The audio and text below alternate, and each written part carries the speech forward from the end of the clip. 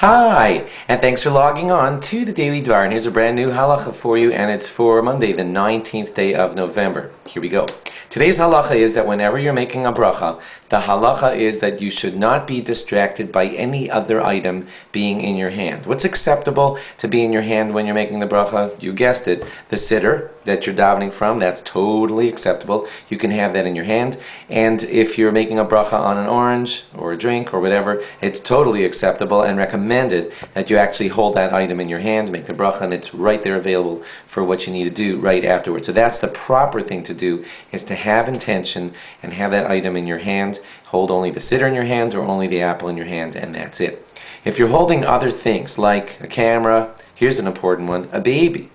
Okay, you're just taking care of the baby and I'm going to daven. Well, actually holding a baby while davening is a very distracting endeavor, and you should absolutely try not to do it. While I'm on that, I should just tell you that when you're davening Shemona Esrei, it's a little off of our halacha for today, but it's so related in that you're davening and there's your little baby making noise near you and you go shh. And all those motions that you want to do to someone, baby or whatever, during Shemona Esrei, they're not appropriate at all. You're not supposed to communicate in any way, shape, or form during your Shemona Esrei, and therefore you should arrange it such that you won't have to be motioning or doing anything with the baby. If the baby's running around the room and you're going to try to daven your Shemona Esrei, and maybe just run to the baby just in case you hear him knocking something down, first of all, it's not going to work. Second of all, it's going to ruin your concentration. You should not arrange it that way.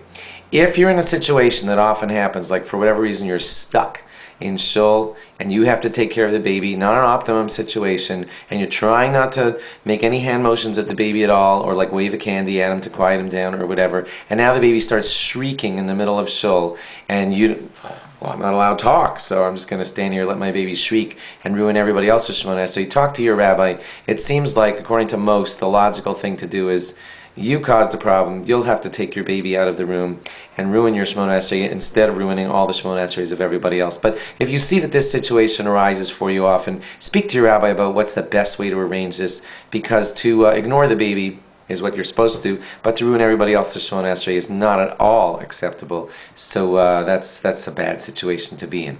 But generally the rule still is try never to communicate at all, unless there's danger, while davening your Shemona Esrei. Thanks for logging on. Log on again tomorrow for more. Bye-bye.